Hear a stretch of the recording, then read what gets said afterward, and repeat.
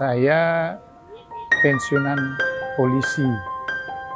Tahun 2016 saya sudah pensiun, tapi pada saat saya masih aktif 2001, saya jatuh sakit. Yaitu tiba-tiba mau apel di lapangan apel pagi hari, saya jatuh pingsan di lapangan. Kemudian mungkin saya digotong oleh teman untuk dibawa ke rumah sakit. Setelah di rumah sakit, saya baru siuman. Semenjak itu, saya sering sakit, kumat penyakitnya yang terjadi pada saat itu. Setelah diagnosis oleh dokter, saya dibilang epilepsi. Akhirnya pikiran juga tambah kalut, wah saya kena epilepsi atau ayam. Akhirnya dengan saya sering sakit, saya sering berobat ke rumah sakit, ke dokter, sampai-sampai hampir setiap tahun saya opname di rumah sakit. Tapi tahun 2005, teman saya memperkenalkan kepada saya Falun Dafa. Mungkin teman itu kasihan lihat saya mungkin sering sakit, berobat ke rumah sakit, kemudian sering juga ke alternatif. Akhirnya teman saya yang sekantor, kebetulan dia sudah duluan masuk Falun Dafa, dia memperkenalkan sama saya Falun Dafa atau Falun Gong. Waktu itu saya tidak begitu langsung menanggapi gitu, saya masih ada keraguan-raguan karena sebelumnya itu pernah saya mendengar di televisi berita sekilas bahwa Falun Gong ini ditindas di Cina, tidak diizinkan di sana, dibilang aliran tidak baik. Hingga saya mikir, dalam pikiran juga terbesit pikiran kenapa di Bali ada sedangkan di Cina itu dilarang. Ini teman saya justru masuk Falun Dafa. Tetapi pada suatu saat saya duduk di perpustakaan di kantor saya di tempat saya dinas. Kebetulan di situ ada brosur Falun Dafa. Akhirnya saya baca, setelah baca saya pikir kenapa di Cina dilarang, sedangkan apa yang di dalam brosur itu saya baca semuanya itu baik gitu. Ya, intinya mengajar orang menjadi baik. Tapi saya heran kenapa dilarang di Cina gitu. Akhirnya dengan itu saya karena seorang polisi kan ingin tahu gitu, kenapa kok dilarang. Akhirnya saya penasaran mencari informasi kepada teman saya yang sudah latihan duluan, kemudian mencari informasi yang lain, artinya saya ingin tahu lebih banyak gitu.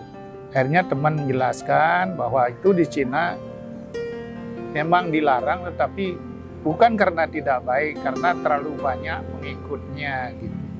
Karena di sana diperkirakan sampai 100 juta orang berlatih, itu akan menjadi semacam ancaman popularitas partai komunis gitu. Kalau semuanya itu jadi partai, katanya bisa mengalahkan partai komunis yang jumlah pengikutnya atau anggota partainya lebih sedikit jauh daripada Falun Dafa. Akhirnya setelah saya banyak mendapatkan berita, saya langsung ikut bergabung di tempat latihan di lapangan. Yaitu 2005, pasnya di pertengahan 2005 saya ikut bergabung. Kemudian terus-menerus saya setiap hari berlatih, kemudian belajar karena ada bukunya yang bernama Juan Falun sebagai bimbingan. Di situ diajarkan bahwa pengikutnya untuk berlatih sejati baik sabar. Nah, itulah yang kami terus baca, kemudian juga terus latihan setiap hari di lapangan tanpa putus.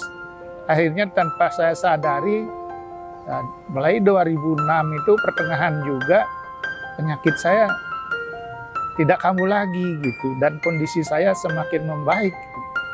Kemudian tanpa disadari, ya pikiran saya makin tenang, makin damai, kecemasan saya tidak ada lagi gitu, hampir hilang gitu, sehingga fisik juga semakin sehat. Itulah yang saya rasakan lambat laun setelah saya berlatih Falun Dafa. Kemudian setelah saya berlatih Palundapa, saya memperdalam ajaran dan hal-hal yang berkaitan dengan Palundapa. Ternyata di Cina itu memang benar-benar sampai 100 juta orang berlatih.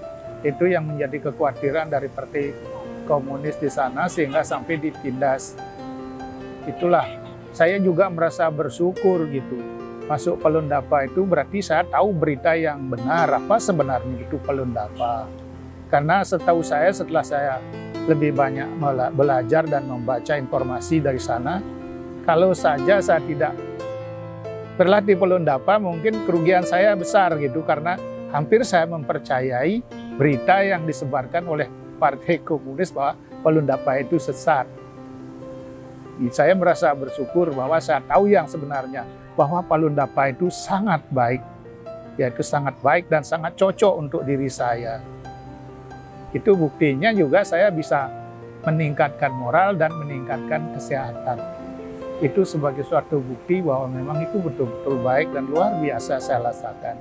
Sehingga dari 2005 itu saya berlatih sampai sekarang tidak pernah namanya istirahat, stop, itu tidak ada. Setiap ada kesempatan pasti saya berlatih, pasti saya belajar. Karena saya rasakan sangat bagus sekali.